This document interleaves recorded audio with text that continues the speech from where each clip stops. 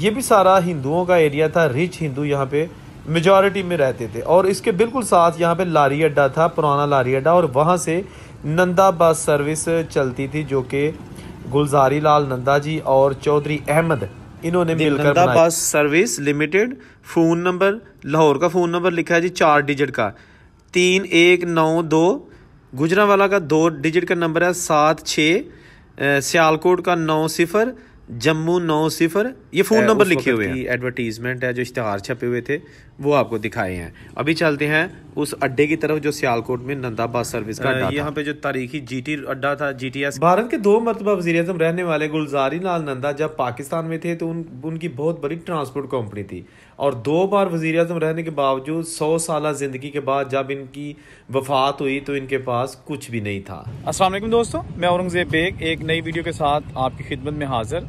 आज की वीडियो सियालकोट से रिलेटेड है क्योंकि जो इंडिया के साबिक वज़ीर-ए-आज़म गुलजारी लाल नंदा थे उनका ताल्लुक सियालकोट से था, और उनकी सियालकोट में एक बस सर्विस थी, नंदा बस सर्विस, जिसकी बसें ना सिर्फ जम्मू जाती थी बल्कि लाहौर और दूसरे शहरों में भी जाती थी।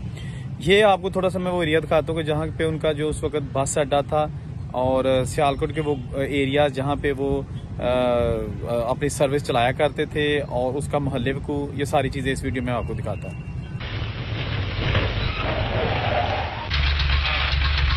गुलजारी लाल नंदा जी का ताल्लुक पाकिस्तान से था। 1898 को वो पैदा हुए थे, लेकिन उनकी जो बस सर्विस थी वो क़याम पाकिस्तान तक चलती रही। ये अभी आपको मैं पढ़ के सुनाता हूँ। ये क्या लिखा हुआ है, सबसे ऊपर लिखा है जी daily lorry services fix time, पक्के टाइम जिन्होंने कहा जाता है।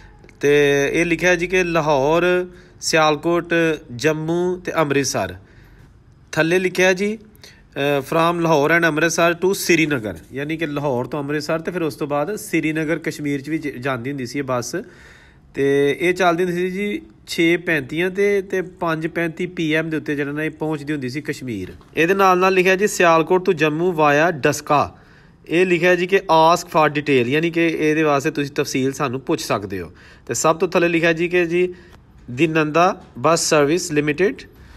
तो यह जनाब एक होर प्रमोशनल बोर्ड है उसका उर्दू के लिखा जी कि सियालकोट लाहौर के दरमियान हवाई सर्विस, अब प्राइवेट कारों की ज़रूरत नहीं रही। ए पढ़ के ना तुहानू मैं अड्डा भी बहालना, अज भी मौजूद है अड्डा सियालकोट के। जरा मैं तुहानू उर्दू च पढ़दा। अच्छा लिखा जी सियालकोट से मुल्क 20 नवंबर से नंदा बस सर्विस की नई वलायती नॉन स्टॉप बस रोज़ाना सुबह 7 बजे ठीक चला करेगी, और लाहौर से वापसी यही नॉन स्टॉप बस वक्त 5 बजे शाम जाया करेगी। अच्छा, ये बस लाहौर सियालकोट के दरमियान किसी जगह भी नहीं ठहरेगी और ना ही रास्ते में सवारी बिठाएगी, सवाए गुजरांवाला 5 मिनट के वास्ते। तो किराया इस बस का, ये जी किराया लिखा हुआ है, सिंगल जो है ना वो 1/8 और डबल 2/8। अब पता नहीं क्या है, 2 रुपये है या 2 आने हैं। ये अगर आप गैस कर सकते हैं कि उस दौर में कितना किराया हो सकता है तो काइंडली वो आप बताइएगा। अच्छा, इसके अलावा 4 और इसी किस्म की बसें हर तरफ से चलेंगी जो हर बड़े स्टेशन पर सिर्फ 5-5 मिनट के वास्ते ठहरेगी, और उनका टाइम टेबल मुकामी दफ्तरों से पता करें। अल-मुश्तहर यानी इश्तहार देने वाला the Nanda bus service limited. Phone number Lahore का फ़ोन नंबर लिखा है जी 4 डिजिट का 3192, गुजरांवाला का 2 डिजिट का नंबर है 76, सियालकोट का 90, जम्मू 90। ये फ़ोन नंबर लिखे हुए हैं। श्रीनगर का 136 और रावलपिंडी का 282। ये जनाब फ़ोन नंबर लिखे हुए हैं अगर आपको नंदा बस सर्विस के हवाले से कोई मालूमात चाहिए। ठीक हो गया जनाब। तो ये जनाब बस का मंजर अभी आप देख रहे हैं, और इसके साथ साथ जो इसके प्रमोशनल उस वक़्त की एडवर्टीज़मेंट है जो इश्तहार छपे हुए थे वो आपको दिखाए हैं। अभी चलते हैं उस अड्डे की तरफ जो सियालकोट में नंदा बस सर्विस का अड्डा था। ये है सियालकोट का तारीखी रेलवे स्टेशन, और यहाँ से ट्रेनें जम्मू जाया करती थी, लाहौर जाया करती थी। और ये है स्टेशन का जो दाखिली रास्ता है जहाँ से आप स्टेशन के अंदर दाखिल होते हैं प्लेटफार्म पर जाने के लिए। और ये इसका पार्किंग का एरिया, और बिल्कुल इसके साथ ही ये रोड है, सर्कुलर रोड, जो कि वाक़या है स्टेशन के बिल्कुल आउटसाइड। ये आप स्टेशन देख रहे हैं। और जो इंडिया के 2 मरतबा प्राइम मिनिस्टर रहने वाले गुलजारी लाल नंदा साहब थे, उनका ट्रांसपोर्ट का काम था। उनकी बसेस चलती थी 1947 की पार्टीशन से पहले, और उनकी पैदाइश खुद भी सियालकोट के करीबी एक इलाका है गढ़तल, वहाँ की बताई जाती है। सियालकोट ही कहा जाता है। तो स्टेशन के बिल्कुल आउटसाइड, यानी कि ये स्टेशन का दाखिली रास्ता है रोड से, जहाँ आप स्टेशन में जाते हैं, एक तरफ स्टेशन है और दूसरी तरफ ये जो इमारतें नज़र आ रही हैं ना, ये भी सारा हिंदुओं का एरिया था। रिच हिंदू यहाँ पे मेजॉरिटी में रहते थे। और इसके बिल्कुल साथ यहाँ पे लारी अड्डा था, पुराना लारी अड्डा, और वहाँ से नंदा बस सर्विस चलती थी, जो कि गुलजारी लाल नंदा जी और चौधरी अहमद इन्होंने मिलकर बनाई हुई थी। और वो अड्डा है ये जो आपको नज़र आ रहा है ना, गाड़ी की छत के ऊपर से जो लोहे का ये जो नज़र आ रहा है, ये वो अड्डा है। आज भी यहाँ पर छोटा सा अड्डा बना हुआ है। ट्योटे चलते हैं यहाँ से पसरूर के लिए, सियालकोट से पसरूर।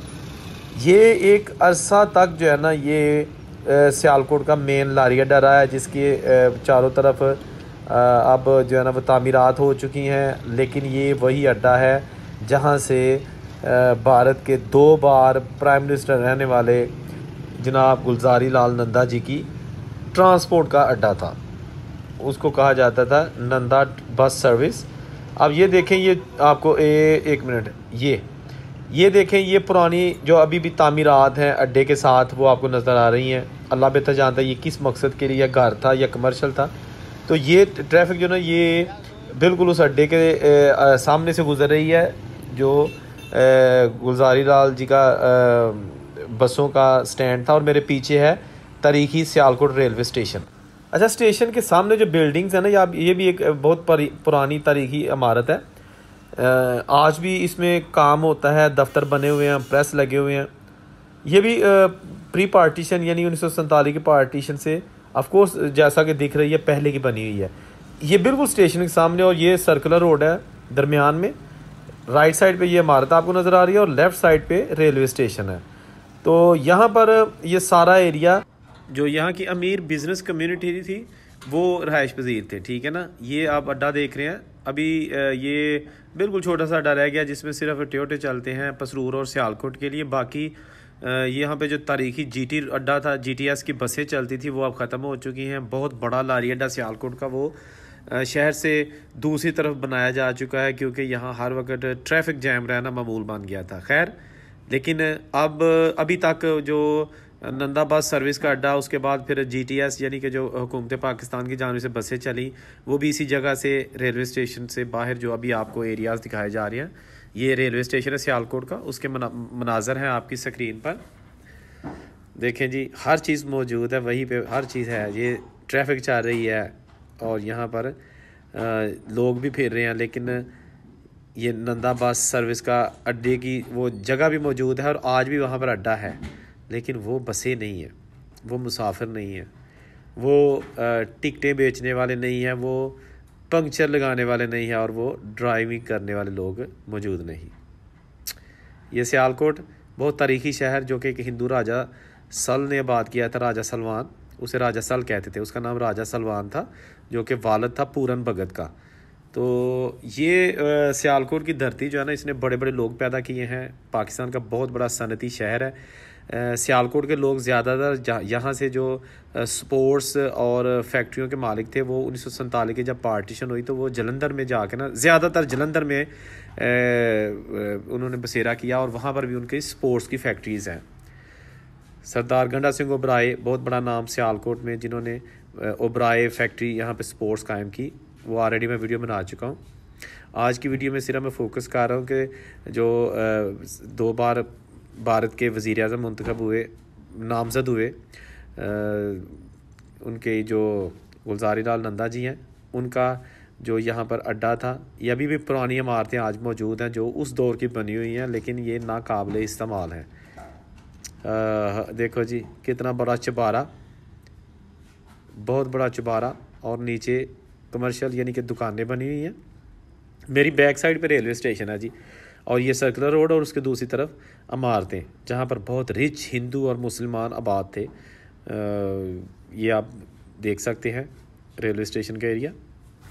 ये जनाब आपको खुसूसी तौर पर दिखाया जा रहा है। आपको अभी तक मेरा ख्याल है यूट्यूब पे ये वीडियो नहीं मिलेगी जो मैंने आपके लिए बनाई है। गुलजारी लाल नंदा जी की जो bus service, Nanda bus service, और उसकी जो उस वक्त प्रमोशन की जाती थी, जो इश्तहार बनाए गए थे इस बस सर्विस के वाले से, जो फ़ोन नंबर नीचे लिखे हुए हैं, वो सारी डिटेल आपको औरंगज़ेब बेग अपनी इस वीडियो में खुसूसी तौर पर बता रहा है। आपका फ़र्ज़ बनता है कि चैनल को सब्सक्राइब करें, बेल आइकन दबाएं, वीडियो को लाइक करें और कमेंट में बताइएगा कि आपको ये वीडियो कैसी लगी।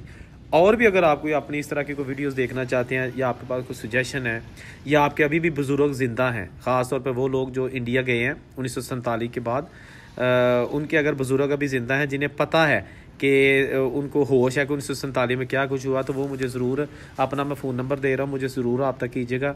मैं उनसे बातें शेयर करूँगा, और अगर वो अपना कुछ देखना चाहेंगे पुराने घर या सारा कुछ, तो मैं कोशिश करूँगा कि वो भी उनको दिखा सकूँ और उनसे बातें शेयर कर सकूँ। अगर वो कुछ अपने दिल का हवाल मुझे कहना चाहते हैं, या सियालकोट, लाहौर, रावलपिंडी, दीगर शहरों के कुछ उन्हें इल्म है, तो मैं ज़रूर उनकी ख्वाहिशात पूरी करने की कोशिश करूँगा।